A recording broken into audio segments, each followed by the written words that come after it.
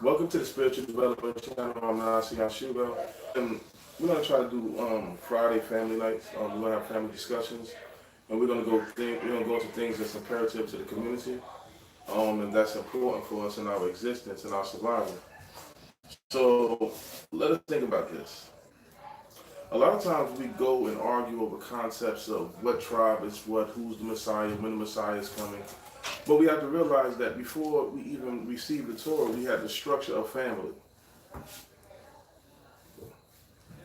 The family structure was already in place.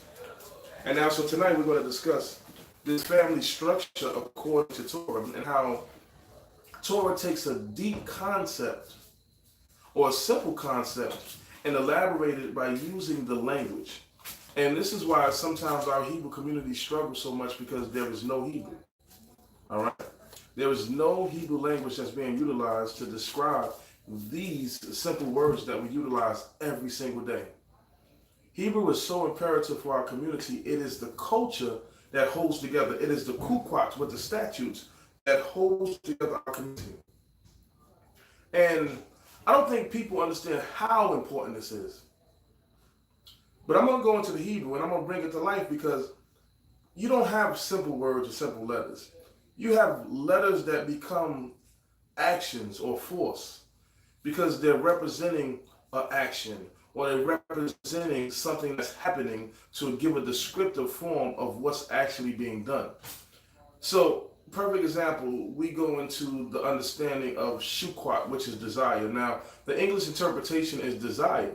But when we get into the lesson, you're going to see that desire really doesn't cover what this is saying.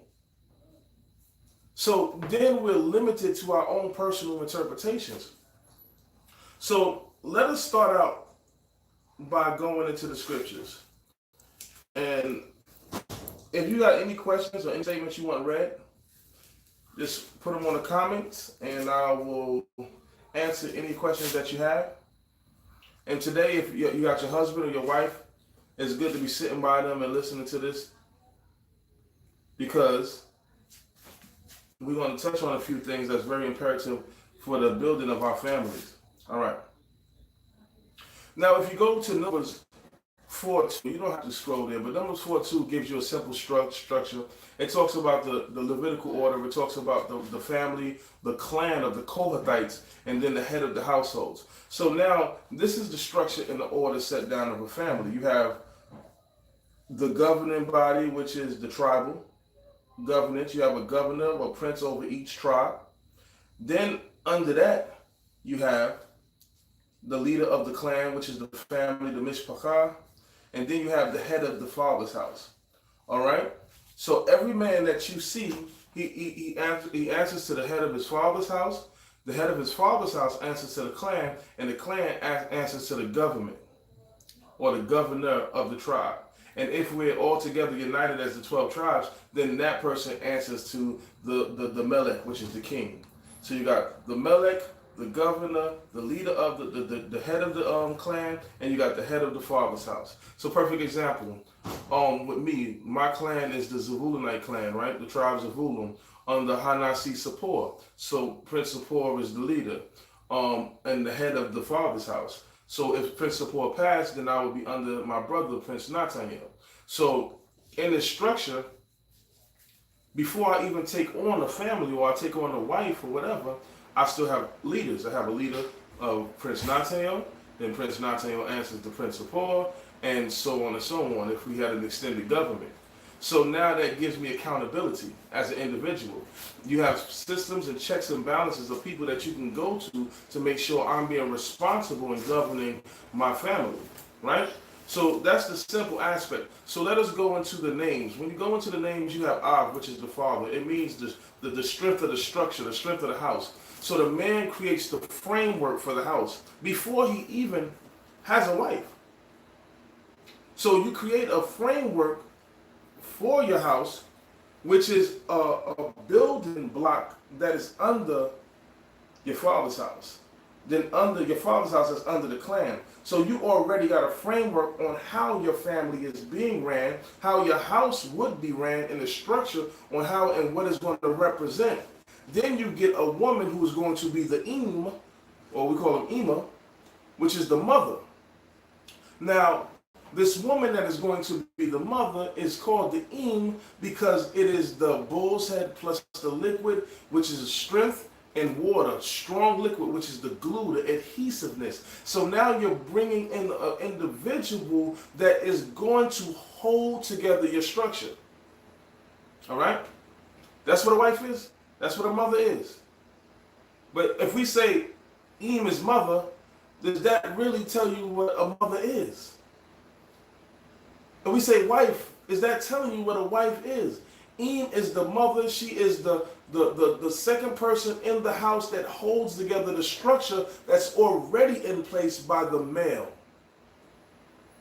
So now when we got people coming in, or men going under the woman's structure and trying to command and subjugate the women under their rule, it's out of order, it's out of line.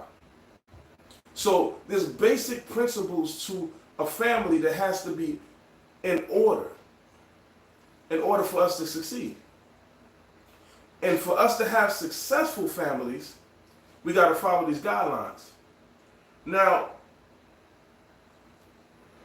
think of that concept.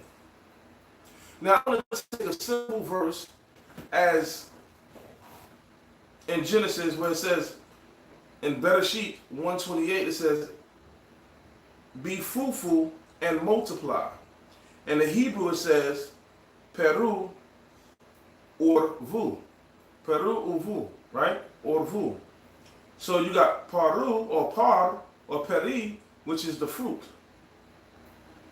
And if you know anything about golden ratio, the sacred fruit, you see how this actually is a fractal shape that multiplies and generates itself because it's based off of symmetry and symmetrics. One is a reflection of another side. So in order for this thing to go through phase conjugation, it has to have perfect symmetry, meaning it matches on both sides. So this is symbolizing, telling you that most fruits are basically symmetric, in perfect symmetry. You split them down the middle, they're going to look the same on both sides. So this is the masculine side and the feminine side. It's being fruitful. In order for this fruitful to happen, you have to have that perfect symmetry or that alignment. One has to reflect the other.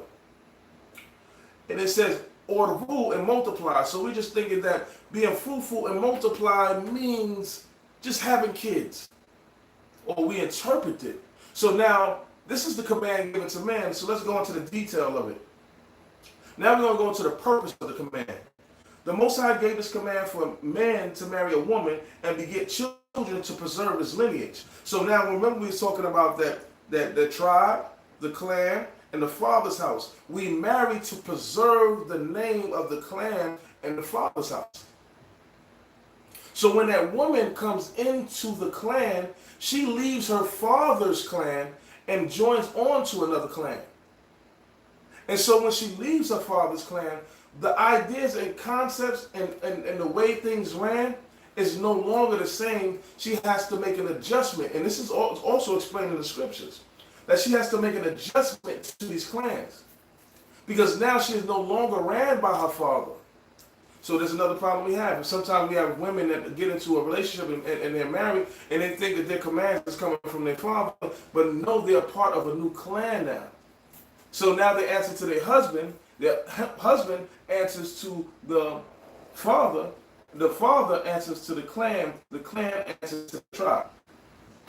Now, why is this important? This is why everything is about asking and talking to parents. There is no marriage without the consent of a parent. If there's anybody that's going around sleeping with Israelite daughters and not talking to the parents, this person is an abomination and they're anti-culture. And if you have a person that doesn't have a head of the household, then you have to question why is there no head of his father's household? There has to be structure. See, any man that doesn't answer or have a hierarchy is basically his own judge, jury, and executioner. So when you get into a situation with the individual, you say, well, I want counseling, I need help, and he's not, I'm not going to anybody, I'm not answering to anybody. Well, of course he's not answering to anybody. He let you know from the beginning he wasn't answering to anybody. Well, what if he doesn't have a father in his real life? Then what is the organization he's a part of? Or what if he's not a part of an organization? Then he's on his own personal accord. He has no balance. There is nobody to give him guidelines and checks. So there's things that you have to consider. We have to get these things back in order. No man can save you from under a man who doesn't answer to anybody unless we're going to go to war. These are things that you have to consider. Was your parents involved? If your parents are not involved, that means this man doesn't care anything about who you are, because the people that know you the best are your parents. And they can tell you or the man how to deal with you. See, a good man doesn't have to be told to talk to the parents. He automatically acts to talk to the parents, because this gives him an advantage point and puts him in a good place with the authority figure that actually are responsible for the person, even if they're grown people. And even if there's a problem, he can get this problem reconciled or fixed, because he has people that's on the side that know how to resolve issues with their daughter. So it's almost like you're going back to the manufacturer because it has a problem, and seeing if the manufacturer can help you fix the problem with the daughter. Think about this concept. It's real simple. But if that person doesn't care about the manufacturer, it doesn't mean he doesn't care about the product. He's just going to utilize the product until it just breaks apart. It's only for the individual's own personal gain. So now, we look at the word rob. When we say order, rob, right? Rob. Rob means to master, increase, and abundance. Now you start to get into the meaning of the word. When you get into one word, rob means many. It means to master, increase, or abundance. The use of the word implies that you must master the surroundings in order to create an environment conducive not only to production of offspring, but also the preservation of them. So now, you have to increase, but while you're increasing, you have to master everything around you to make sure that what you're increasing is preserved. Think about that. So you can have all the children in the world, but if they're not being preserved, then there's a problem. And I want to go to a concept like a plant, right? Because the Most High said that we should be a husband to the land. Now, I never really understood the concept, but the concept is actually a phenomenal one. A husband to the land, meaning that we plow, we till the ground. We're married to the land. Because once you're married to land and you grow crops, you know how to maintain family. What does that mean? How do they even equivalent? All right, first of all, when you plant something, you have to make sure it has the proper environment. So anytime when you're in a relationship with anybody, you have to make sure that their environment is conducive for their growth, right? You have to also, at times, give plants more space to grow and not be overbearing, because if you don't give them space to grow, then they won't be able to excel in areas that they can potentially master. You have to remove the weeds from around the plant, and then weeds represent negative aspects that can influence the plant to be worthless. So now, in that environment, you have to make sure that everything is perfect. No weeds or negative around them. Then you talk to your plant, so you establish communication for healthy nurturing. So you see where the husband concept comes into play of the land? Husbandry of the land. The English word actually is clearly gives a good definition on how to preserve a family. Then you need to know when the plant is not doing well and when it needs extra nourishment. You need to know if two plants are too close together and one is absorbing more nutrients than the other. So this means that if you have multiple children, one children could be so dominant that the other one falls under their shadow and they're not getting the education that they deserve. See, so now it's just not multiplying, it's also mastering the productivity of what you're doing. And I'm not saying that I'm a master of this. I'm telling you because this is a concept that can help us all establish our dominance. And this is like with my children, I knew where there was weaknesses at. So, and I knew where their strength was. And if I didn't have that strength, I hooked them up with somebody that did have that strength. I gave them that space to develop.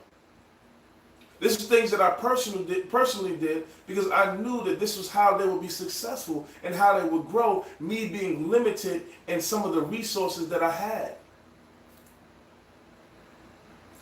So think about these things. Think about these concepts. Now, how to apply this in today's living? How to apply this in our daily activity today? Unions must be created to carry out this command of fruitfulness, right? Men can begin to perform this mitzvah at age 20, or this commandment at age 20, as we see this in Numbers 145. So they numbered the men from 20 till. But age alone cannot be used to determine the eligibility. That age is only the eligibility on beginning mark to perform the mitzvah. So it doesn't mean that because the man is 20, he's ready to marry. This can be seen in Judah's story when he uses for Silah's eligibility to marry. So remember in the story, Judah had a son, and his son died. Another son was supposed to sleep and perform the rites to bear a seed in the name of the father. He spilled his seed on the ground. He died. And Selah was there. And he was supposed to fulfill the command of giving seed into this lady.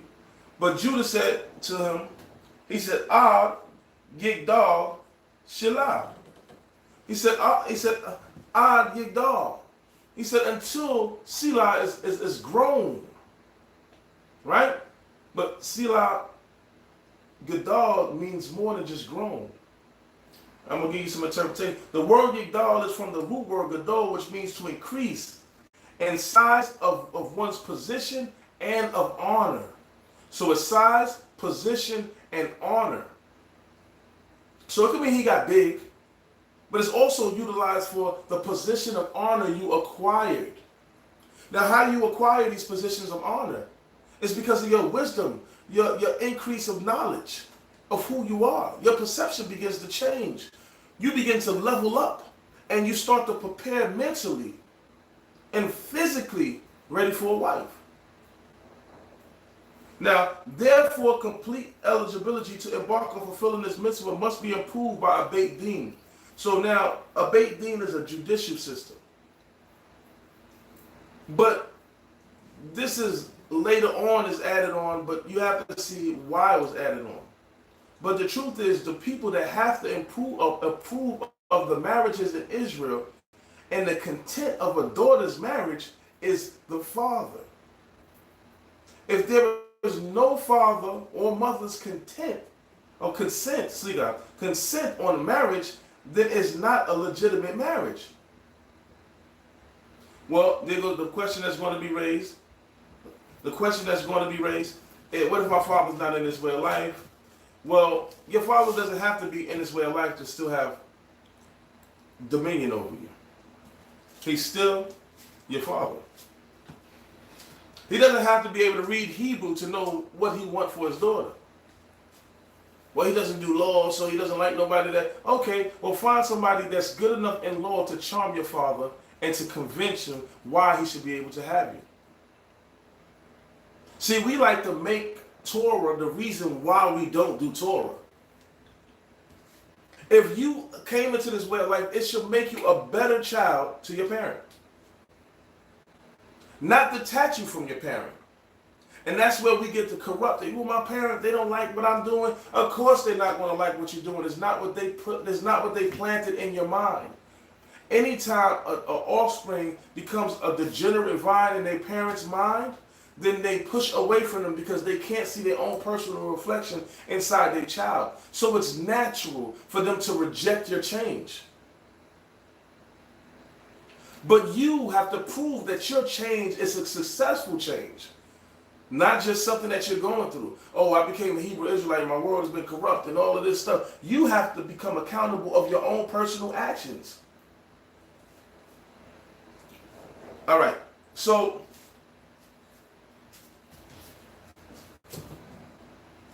we talk about having children. So now it's going to be fruitful. You want to have children.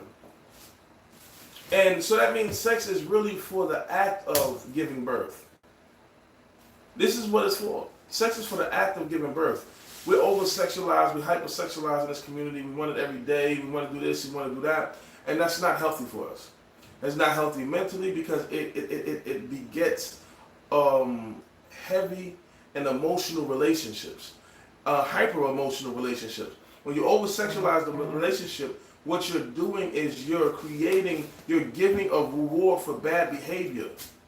Or you're just giving out rewards. And now it becomes a stimulant, just like sugar or anything else. It is something you begin to seek and you desire. But then also when it comes from a man, this energy, this high, this thing that's around your organs and around your vital parts of your body, it releases into this sperm. And you become weak. You know it when you do it because it's a process. It drains you of energy. It's like you're giving life to give life. So now the process of this union is to beget children, and healthy children, good children, mentally well children, successful children. All right.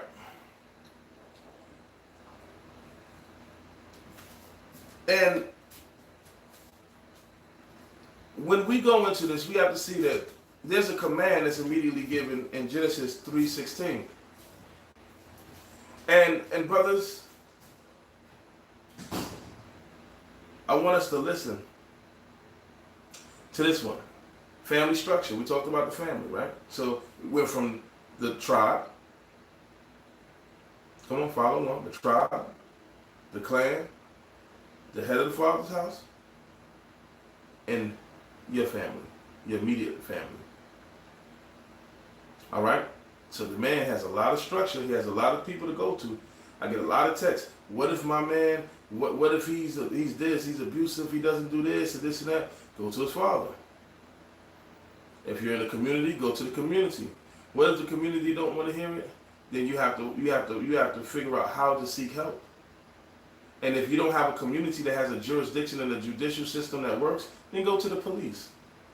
Go to anything. Go to the court systems. Am I advocate of police and court systems? No. But if you're in a Hebrew Israelite community that don't have a judicial system and don't take control over certain aspects and don't deal with family issues, don't deal with divorce issues, don't deal with which parent gets the child custody issues, then you're in the wrong place because Torah without judgment is just a religion. It's just something that you speak of that it's not really realistic. It's a fantasy. It's somebody selling you a dream to control you. And I say this with all my heart and soul. If your community does not deal with issues and doesn't have a judicial system to deal with the issues, then leave it. It's not Torah. It is just a fantasy group that is created by a bunch of renegades to control other people's lives. Because we are commanded numerous times to create a judicial system and make judges in the camp, in our organizations. And I have to say that, because I cannot speak Torah if I'm going to play with the Torah. All right? So you go to the father. If the father's not there, you go to the oldest son, which is the heir. Anything to talk about these issues, get these issues out, because we have people to answer to. Every man has 8 stages to answer to. And then there goes God. So when men act like, well, I'll just answer to God, you skip the whole 5 different protocols. Surround yourself with like minds. All right, so Bereshit 3:16 it says, where all Isheka Tishu Kwatka Wehu Yimshon Bak. All right? And it says, and upon your Isha, your desire should be on her. So the word it used is shukwat. Now, shukwat is translated in English to mean desire, but shak was actually a bag of water. Or a bag. But it's usually a bag of water that controls the flow. You pour it out to wherever you want to, right? So the word to shak is interpreted as desire, but it literally is describing the back and forth flow of water in a river through the land in ancient times. So now, so sometimes we use objects to symbolize things. So these are very descriptive in what we're talking about. So now it's the flow of water back and forth moving through the land. And one thing about the symbolism of rivers is rivers are adaptable.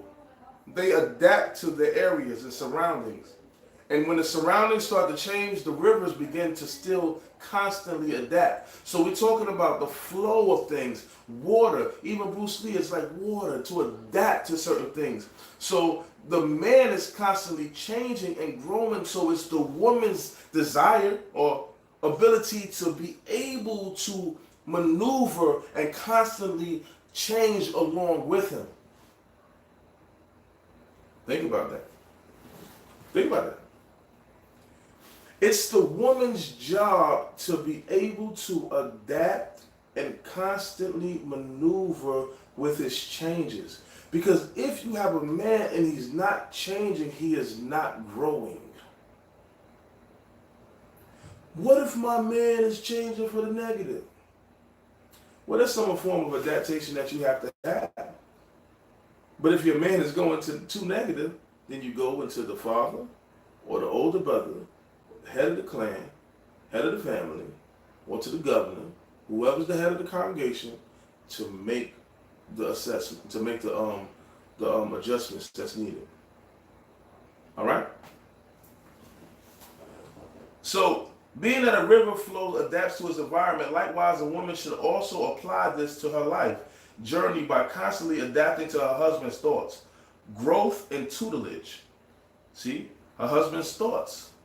Remember, I said the fruit be fruitful. It's symmetric, meaning both sides look the same. But what he's trying to tell you that. And it says, and he shall rule over her. And the woman's like, I don't want a man to rule over me. Okay. This ruling is a reflective rule. Mashal means to reflect. It means when you see Proverbs, the word is mishlei. You're supposed to read these words and reflect. That's the Hebrew word for, so it's a reflection. See, when we say Proverbs, we don't know what the heck that means. Proverbs. What does that mean? Mishlei, to reflect on it. To look into this water and see yourself. Are you the fool that it's talking about? You the wise man that it's talking about? Reflect on the word. So that dominion is mashal, meaning that he should have it where the woman is reflecting him. And this is how you tell a good relationship. When the woman is a reflection of a husband. So what do you got there? When the woman is a reflection of her husband. If she is not a reflection of her husband, she is not doing the laws of God. Hebrew structure at its finest. And we're not talking about reflecting the negative. We're talking about being able to maintain. A friend of mine told me, and it's a person I take much counsel from. His brother name is Lion, Ari, right? And he said, if something was to happen to you, Nasi, could your wife maintain the structure that you have in order or want them to have in order? He said, so when you die, would everything still continue to run the same way? If something was to happen to you, usually, God forbid, you go out there and protest and you get locked up and you're a freedom fighter and they can't see you, would your women hold the same structure? Would they reflect what you are and represent, and would your children be a reflection of it? This is why marriage is very important. We can complain about the person we slept with. I made a mistake. He's not the right person. She's not the right person. You chose this person. Probably didn't even talk to the parents. Probably was told not to talk to the individual. But you went against your own will. You went against the will of your own intuition. You went against the will of your friends. You went against the will of your family. You went against the will of the Torah to marry this individual. And you got this person. Now this person is all the pain, all the negativity. It's because you desired pain. Here's a saying. I had put a post up the other day, and the post went like this. And I was really thinking, I was walking to get my vehicle from my wife's job. And when I was walking, I was talking to myself, and I was like, yo, I pride myself on being truthful and honest. Midway through my life, I wanted to be truthful. I wanted to be honest. I was like, you know what? I'm not a good liar. When I lie, it doesn't make sense. I look stupid. So this is at a young age. And then I wanted to be honest, even when it hurt me. You know, I wanted to be honest, at least to myself and to everybody else. You know, so I began being honest with myself. I started priding myself off of being real honest and being complete with myself. And that's completion, because once you're totally honest with yourself, you're complete. Your finest completion in life, your finest divinity, right? And I told myself that, you know, as a leader, I started watching me open my arms to people and people stabbing me in the back, and I was like, well, maybe this is just a good person being done wrong. I'm just a good person done wrong. And then as I was going through my transformation, I also realized that, hey, God gave me the gift to read people within 5 seconds. I can read people. I can break them down, give me a couple of words that I already know where they're going. I can tell what they've been through. That's just my personal gift. And I realized my gift later in life, and it was very helpful to me.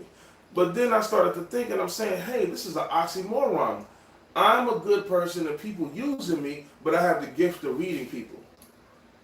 So remember, I had to be honest with myself. So in this moment of honesty, I had to realize that I was lying to myself about this individual in order to receive whatever comfort or whatever I was trying to receive in that companionship. So it's not like I didn't know that the person was evil, but I lied to myself and said that they weren't evil so I can benefit from whatever they were giving at that moment. So when you got yourself in a bad relationship, it wasn't that you were just suckered into it. You actually lied to yourself to get into it, so you didn't have a moment of honesty with yourself. And in that moment that you lacked that honesty with yourself, you fell into a trap. But we never look at the consequences of the trap.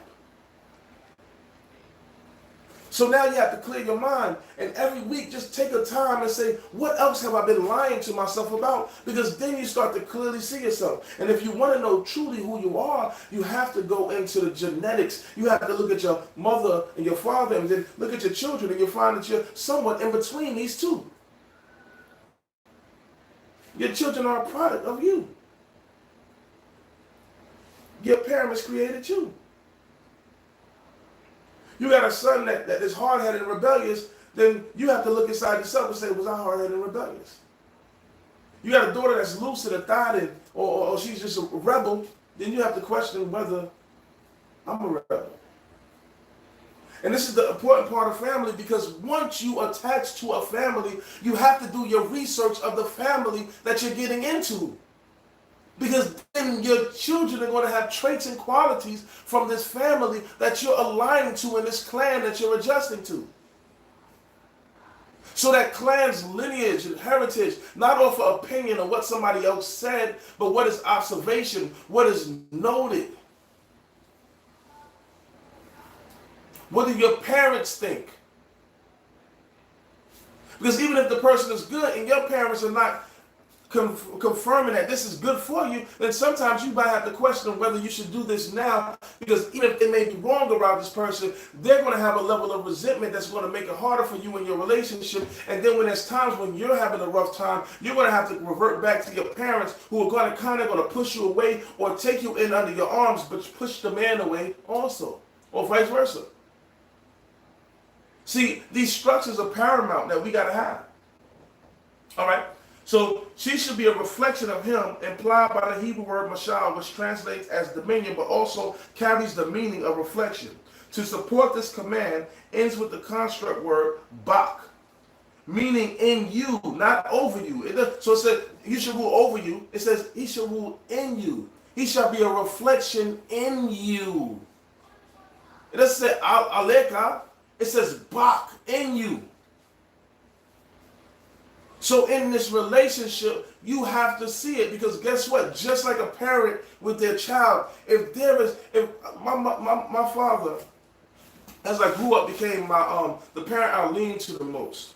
And because I started doing the law and I was serious about the commands of God, praying to God, I wasn't going to do nothing else. I wasn't going to do this. I wasn't going to do that. I don't care if anybody tell me this, everybody tell me that. And my mother was more like the business savvy, creative person trying to create jobs and make these things up.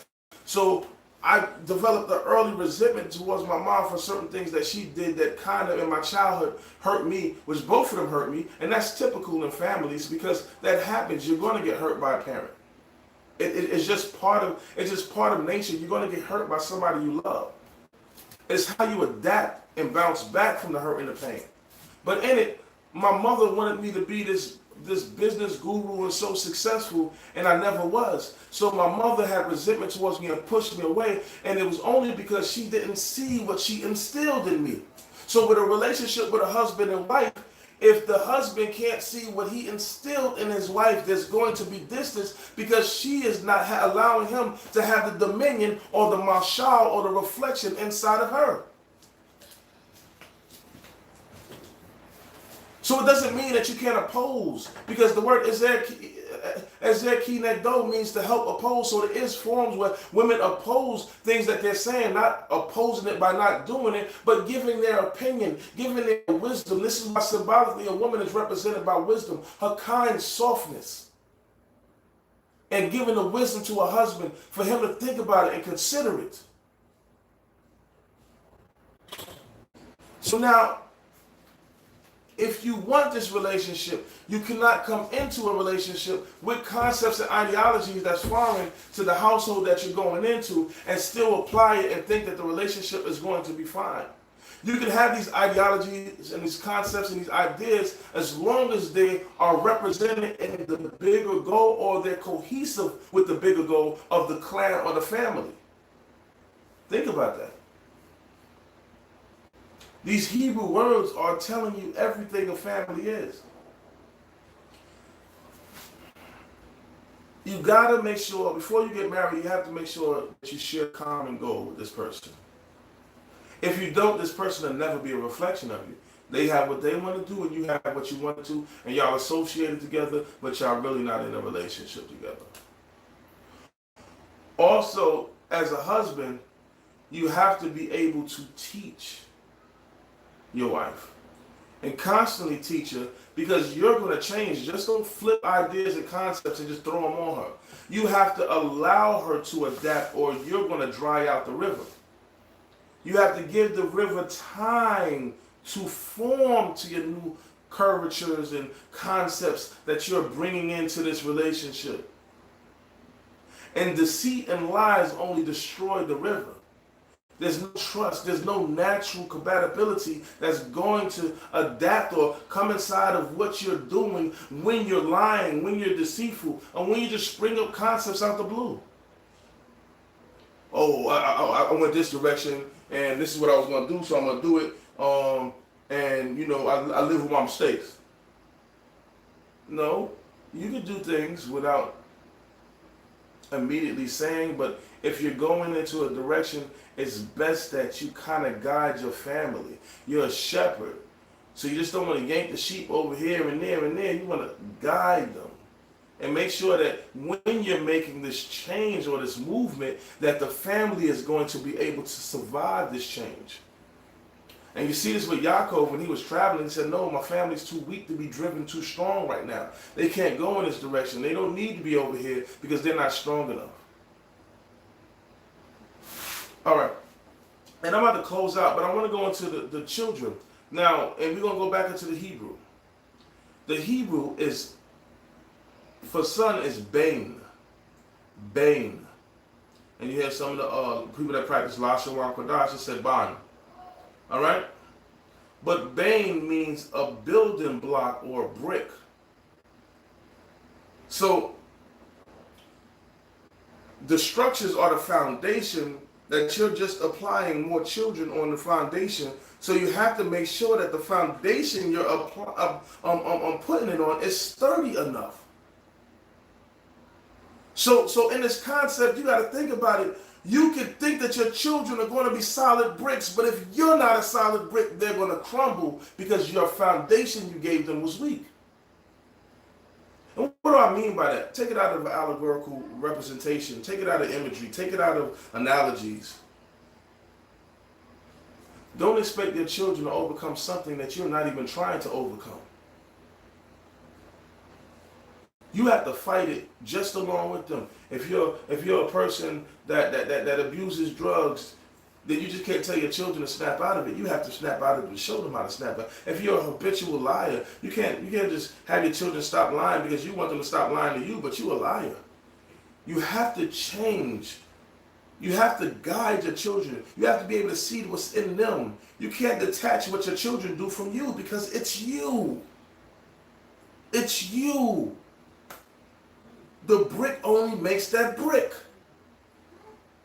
The word banot is daughter. It's still the word ban in there. Banot is just the feminine plural ending under it. Daughters.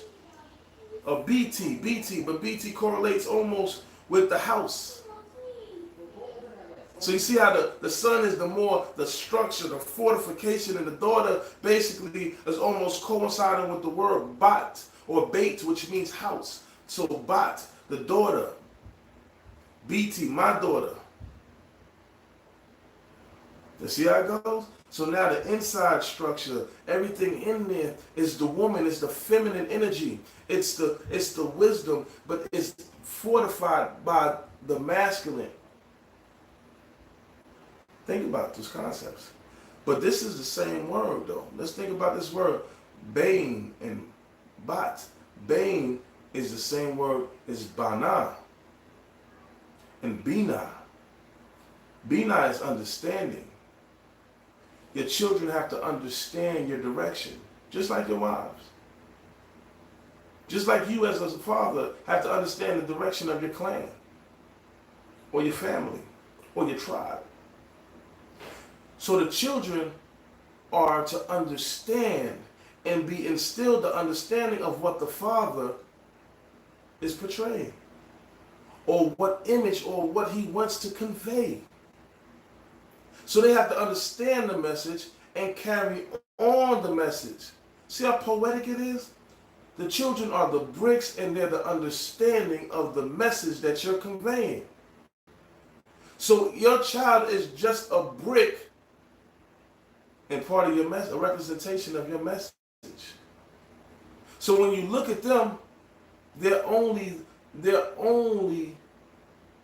the message that you speak or that you bring being played out into the real world. So maybe your words may manifest it greater than what it is, but they're only a representation of what you actually are. They're your internal message, becoming external.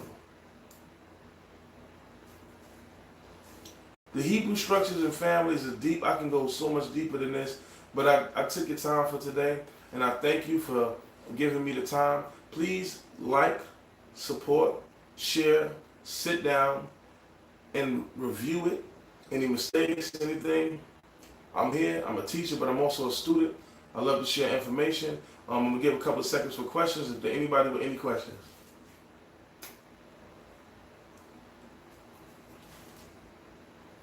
All right, since there's no questions, thank you. Oh, hold on. Let me check. Thank you. Spiritual Development Channel. Level up.